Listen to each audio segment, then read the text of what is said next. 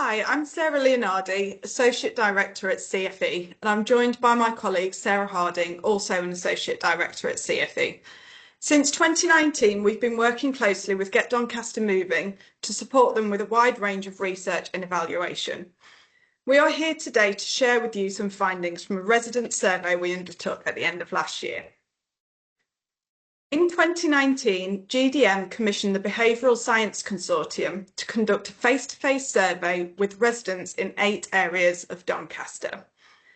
Of the 8 areas, 6 were identified as priority areas due to having low physical activity levels, a high proportion of residents on low income, and a high number of households with children and families.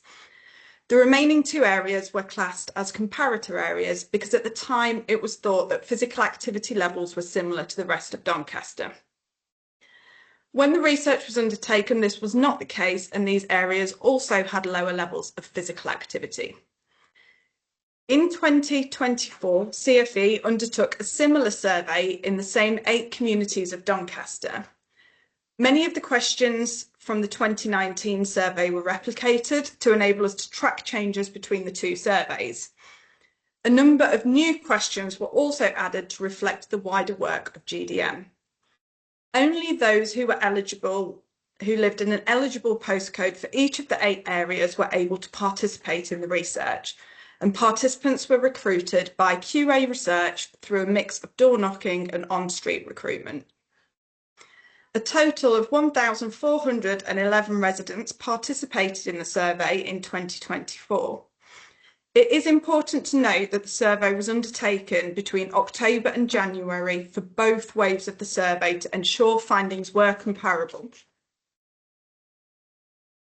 When we talk in this presentation about the full sample or the data across Doncaster, it's important to remember that this doesn't represent all of Doncaster, but just the 8 areas that were targeted.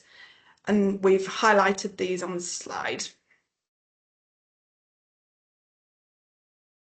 So the survey itself covered 5 key areas: physical activity and inactivity levels of adults, the use of parks and open spaces by adults.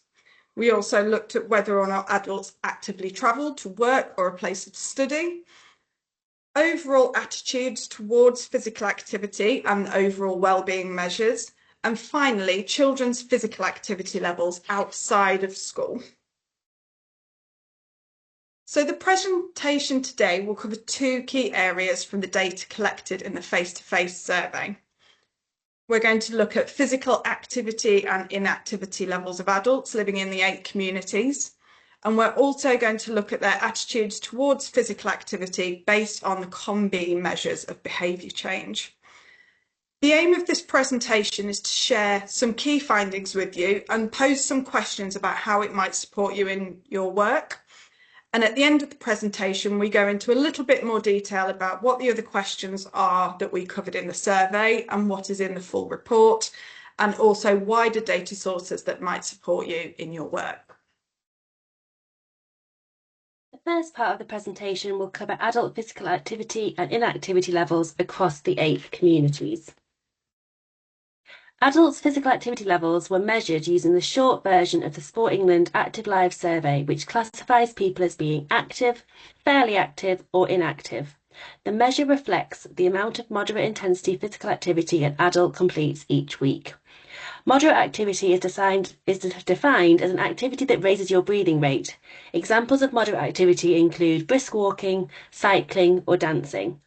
So if in a 1-week period you undertake 150 minutes of moderate physical activity, this equates to them being classed as active.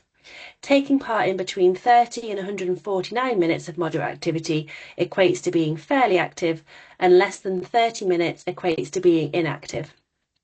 If an individual only does light activity, so not enough to raise their breathing rate, they are classed as inactive. This slide shows the key headline findings relating to adults meeting Sport England physical activity guidelines and compares this to Sport England data for Doncaster and England. The first column of data shows the findings from the 8 communities in the most recent survey. The second column of data shows the findings from 2019, and the last two columns show data from the Sport England Active Live Survey for Doncaster as a whole, and then for England. So the key findings here show that overall there has been a slight reduction in the proportion of adults who were inactive between 2019 and 2024, from 58% to 55%. Additionally, there's been a slight increase in the proportion of adults who were classified as fairly active, from 12% increasing to 14%. 31% of residents were classed as being active, which is the same proportion that was classed as active in 2019. However, this is a much lower proportion in the 8 areas compared to the whole of Doncaster, which was 58%, and also across the whole of England, which was 64% in 2023 to 2024. Physical activity levels differed by a range of socio-demographic characteristics, where some groups of residents were more likely to be classified as active under Sport England's definitions. The following groups were more likely to be classed as active: residents who were managing their money well, residents who did not have a disability that substantially affected their daily living, those with children in the home, younger residents, and males. Similar differences were also noted in the 2019 study. In contrast, those who were not managing their money well had a disability that did affect their daily living. Being female, older, and not having children in the home, these people were more likely to be physically inactive. In addition to there being differences by socio-demographic groups, there were also differences by each community. This slide shows physical inactivity rates in each area. Of the 8 communities, Carcroft has the lowest proportion of inactive residents at 42%. In contrast, Balby Bridge and Edlington have the highest at 63% and 61% respectively. This chart shows how physical inactivity rates have changed since 2019. The purple bars are data from 2019 and the blue bars show the data that was collected in 2024. 6 of the 8 communities, so the top 6 on this chart, have a low proportion of physically inactive adults in 2024 compared to 2019.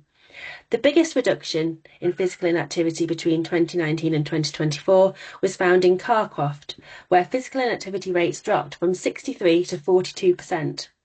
Stainforth and Intake, however, have higher proportions of inactive residents in 2024 compared to 2019.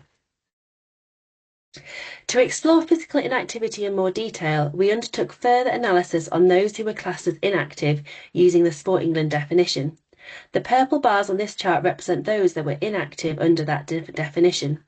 So as a reminder, 55% of residents were classed as inactive, and the green bar shows those who were active, and the blue bar here shows those that were fairly active. In total, only 24% of all residents took part in no physical activity at all.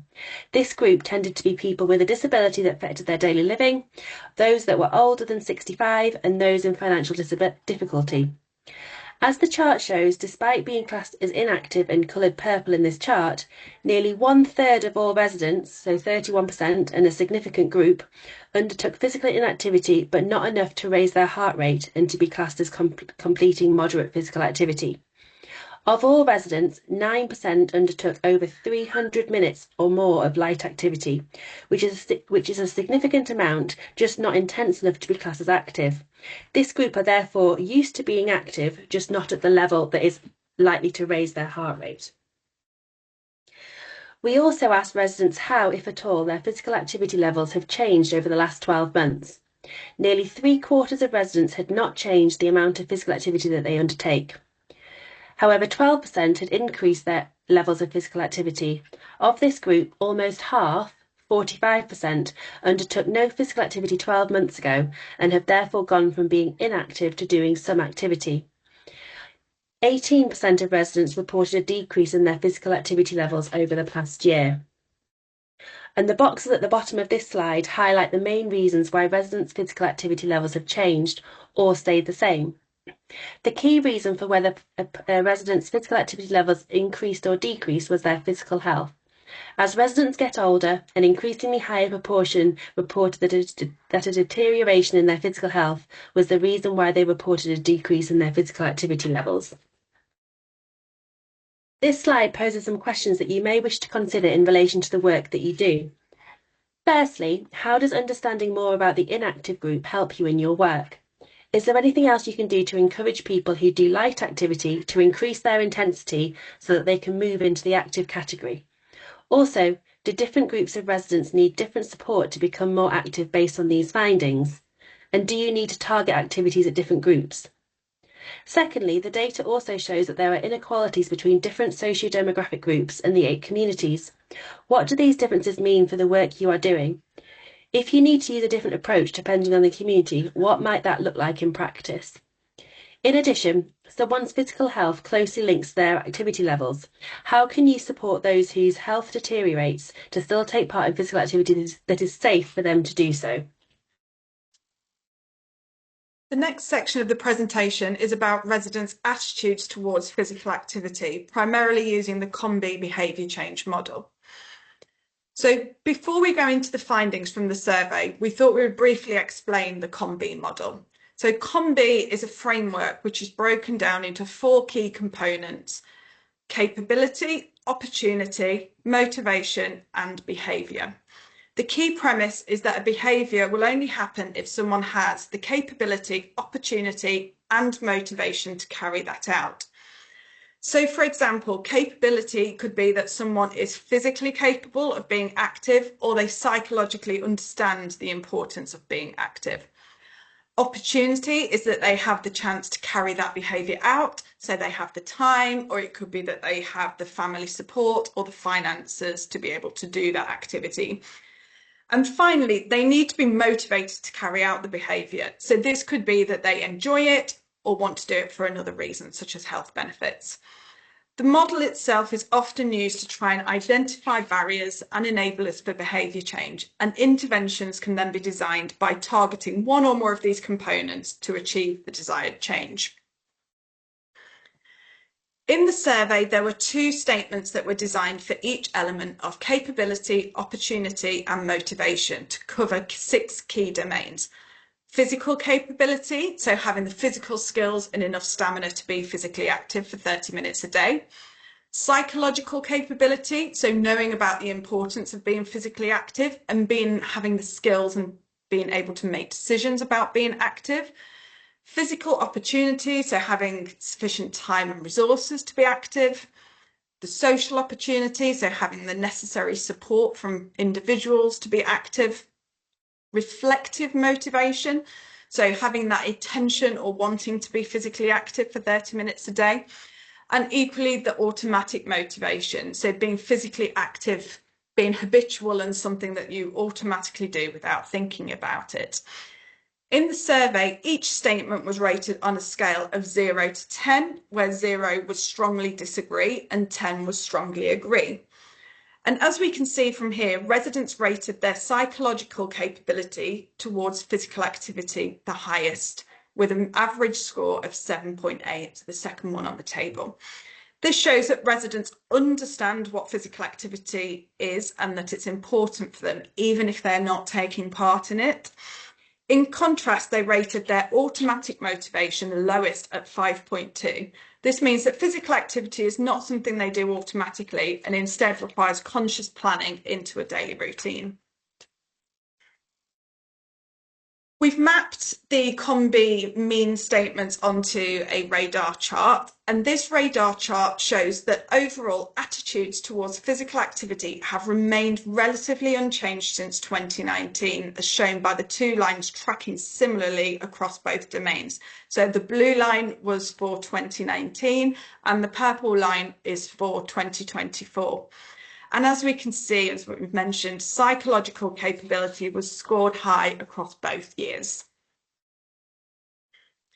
The radar chart on the left now shows how the scores differ by whether a person was classed as inactive in purple, fairly active in blue, and active in green, as classified by the Sport England classifications.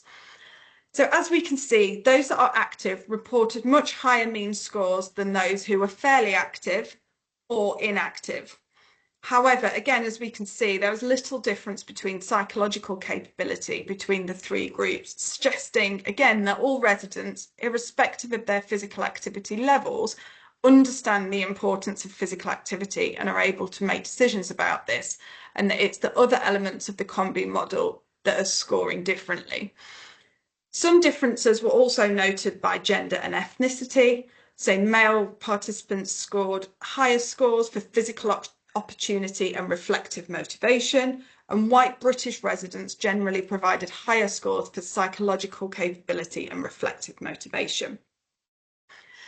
So the radar chart on the right shows just that group who Sarah spoke about earlier, who were classed as inactive by how much activity they did. So as Sarah mentioned earlier, only one of the groups actually had done no physical activity, the others had done activity. So the dark purple line on the chart is for residents who did no activity that we've just highlighted there for you. And these residents reported the lowest ratings against all attitudinal dimensions. This was especially the case for automatic motivation and physical capability, as you can see in the top left of the radar chart. The exception was for psychological capability. What we know from these findings is that people across Doncaster consistently report knowing the value of being active and know that it is good for them. This is not the message that they need to be told and encouraging them to take part in physical activity. More support is needed to address other COM-B dimensions. Those that do no physical activity have particularly low scores on physical capability and automatic motivation. Being active is not habitual for them. People in this group may need additional support to raise confidence in their ability, may need modified activities that meet their perceived physical capabilities, and help creating plans to incorporate physical activity into their daily lives. So those in the dark blue and light blue on the chart on the right-hand side are inactive residents as per Sport England's classification, but do 300 or 150 minutes or more of physical activity, but just not enough to raise their breathing rate. And as you can see, they have very similar scores across all dimensions as the active group, as shown on the left-hand side, highlighted in green. Therefore, this shows that people in this group may need support to understand the difference between light and moderate physical activity, or might need help finding activities that may raise their breathing rate sufficiently to move into moderate intensity. Residents were also asked to what extent they agreed that they found physical activity enjoyable and satisfying. Again, this was rated on a scale of 0 to 10, where 0 was strongly disagree and 10 was strongly agree. Overall, residents reported mild agreement with this statement, reporting a mean score of 6.3 out of 10. Certain groups of residents reported higher levels of enjoyment and satisfaction. So those with higher levels of enjoyment were residents who were managing their money well, those in employment or education, those without disabilities or with disabilities that did not substantially affect their daily living, those with children in the home, and men. Enjoyment levels also differed by community. As we can see here, Carcroft and Bolby had the lowest scores relating to their enjoyment of physical activity, whereas Stainforth and Wheatley had the highest. However, this does not necessarily directly correlate to the areas with higher physical inactivity levels. This final slide poses some questions that, again, you may want to consider in relation to the work that you do. So firstly, how does the data we have presented about attitudes towards physical activity influence how you might work with different groups in the community? For instance, if you were working with people who do no physical activity, we know that this group often have low scores on physical capability and automatic motivation. What modifications or additional support might you want to include to support this group further? And how can you support people to make physical activity a habit? The second question asks whether you may need to change or edit the messages around physical activity that you promote, given that residents already understand the importance of being active. And finally, enjoyment of physical activity and physical activity levels are not always correlated. How important is it that residents enjoy physical activity? Is this more important for some groups than others? And our final section is exploring more about the rest of the survey and other data sources that you might wish to use that help you in your work. So we have only covered a few of the survey questions today, and there are many more in the full report, including more data on physical activity and inactivity levels of adults, such as a breakdown between walking, cycling and fitness activities. Other data that's in the main report includes how regularly people use a park and open space for physical activity, and if they use a park or open space local to them, how regularly people actively travel by foot or by bike, and where they commute to, adult wellbeing measures, and also children's physical activity levels outside of school and how they travel to school. Data in the main report is split by a range of demographic groups and by each community. You can see the report either by using the link or through the QR code on this slide. Included in the full report are also two-page summaries for each of the communities with some headlined figures. An example is shown here. Page 1 of the community profile covers overall physical activity levels for each of the community. And this is page 2, which covers data on active travel, the COM-B measures, use of parks and children's physical activity levels. So you can see there's a really good detailed breakdown for each of the communities that we've researched. There are also a range of other data sources that you can use in your work. The Sport England Active Live Survey. Using this link here, you can find data on adults or children and the way that they engage in sport and physical activity. You can also access data from Doncaster or sub-regionally, and the data goes back to 2015, so you're able to see trends or patterns in the data over time. The Doncaster Pupil Lifestyle Survey also is a really great asset that you can use. This survey collects data annually about health-related behaviour, and it has done since 2018. This is undertaken with pupils in primary and secondary schools across Doncaster. The themes that are covered in this survey include physical activity, nutrition, oral health, keeping safe, emotional health and well-being, and risk-taking behaviours. Results can be viewed for each year of data collection. Other data and insight that is collected and collated by GDM can also be found on their data, insight and learning pages, which you can find by using these QR codes on this slide. Thank you very much for listening to our presentation. If you have any questions, you can contact either Jodie or Sarah.